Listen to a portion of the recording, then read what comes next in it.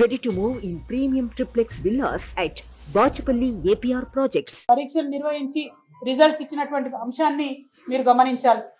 మరి వచ్చినటువంటి రిజల్ట్ ఇవన్నీ కూడా GO3 కన్నా ముందే వచ్చినాయి. కానీ వాటికి మీరు GO3 అప్లై చేస్తూ పాత ఉద్యోగాలలో కూడా మహిళలకు అన్యాయం చేసే ప్రయత్నం చేస్తూ ఉన్నారు. ఇది చాలా దారుణమైన విషయాన్ని నేను తెలంగాణ బిడ్డలందరూ కూడా తెలియజేస్తా ఉన్నాం. మరి అదే విధంగా ఇవాళ కరువు వచ్చింది, ఎవరు కూడా సాగునీళ్లు తాగునీళ్లు అడగొద్దని చెప్పి ముఖ్యమంత్రి గారు అన్నట్టుగా అన్ని ప్రధాన పత్రికలలో కూడా ఇవాళ రావడం జరిగింది.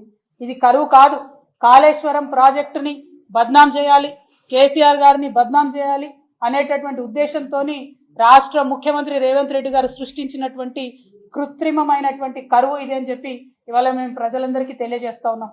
మీకు అనుభవ రాహిత్యం ఉంది, మీకు అవగాహన రాహిత్యం ఉంది కాబట్టే కాళేశ్వరం నుంచి మీరు చెరువులు నింపలేకపోయినరు, కాలువలు నింపలేకపోయినరు, నీళ్లు ఇవ్వలేకపోతా ఉన్నారు. ఈ నెపమంతా కూడా మీరు ప్రకృతి వైపరీత్యం అని చెప్తా ఉన్నారు. అది తప్పు. తెలంగాణ రైతు ఎన్నడూ కూడా మొగులకు ముఖం పెట్టి ఎదురు చూడకుండా ఉండాలని చెప్పే కాళేశ్వరం కట్టుకున్నాం.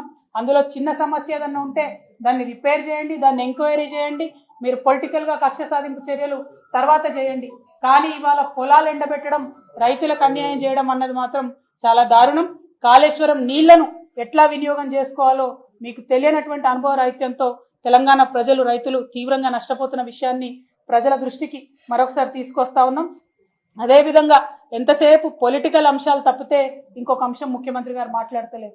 ప్రజలు, అభ్యున్నతి, అభివృద్ధి, రాష్ట్రము, ప్రగతి, ఈ విషయాలన్నీ పక్కన పెట్టి ఎంతసేపు పార్లమెంట్ ఎన్నికల నేపథ్యంలోనే ముఖ్యమంత్రి గారు మాట్లాడుతూ ఉన్నారు. మరి ఈ నేపథ్యంలోనే ముఖ్యమంత్రి గారిని ప్రశ్నిస్తా ఉన్నాం.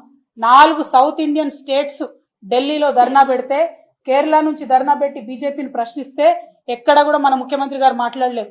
కర్ణాటకలో వాళ్ళ కాంగ్రెస్ ప్రభుత్వమే ఉంది, వీళ్ళు ఢిల్లీకి పోయి ధర్నా చేసినా కూడా ఆనాడు మాట్లాడలేదు. తమిళనాడు ముఖ్యమంత్రి గారు సౌత్ ఇండియన్ ట్యాక్స్ అంతా సౌత్ ఇండియాకే రావాలి, ట్యాక్స్ డెవల్యూషన్ లో సౌత్ ఇండియన్ స్టేట్స్ కి అన్యాయం జరుగుతుందంటే కూడా ఈ ముఖ్యమంత్రి గారు ఎన్నడూ మాట్లాడలేదు. అన్నిటికన్నా ఎక్కువ మొన్న బడ్జెట్ లో మన రాష్ట్రానికి ₹1 రాకపోయినా కూడా ప్రధానమంత్రి గారి మీద ఈ ముఖ్యమంత్రి గారు మాట్లాడలేదు. మీరు పొలిటికల్ గా రాష్ట్రానికి అన్యాయం చేస్తున్నారు, అవగాహన లేక రైతులకు పొలాలు ఎండబెడతా ఉన్నారు.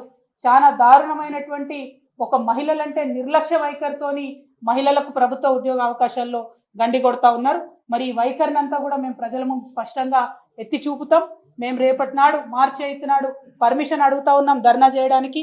మీరు చెప్పిన చాలా మాటలు చెప్పిరు, మా ప్రజాపాలనలో ఎవరన్నా ఎక్కడికన్నా పోవచ్చు, ధర్నాలు చేసుకోవచ్చు, పర్మిషన్ ఇస్తామని చెప్పినారు.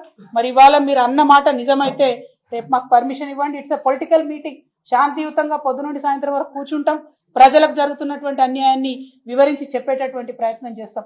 ప్రజలకు అర్థమై మాకు మద్దతు ఇస్తేనే రేపటి నాడు అంశాలు ఉంటాయి తప్పితే ఇంకోటి కాదు. కాబట్టి మీరు తప్పు చేయలేదు అంటే GO3 కరెక్ట్ అని మీరు విశ్వసిస్తే పర్మిషన్ ఇవ్వాల్సిందిగా మేము ప్రభుత్వాన్ని విజ్ఞప్తి చేస్తా ఉన్నాం.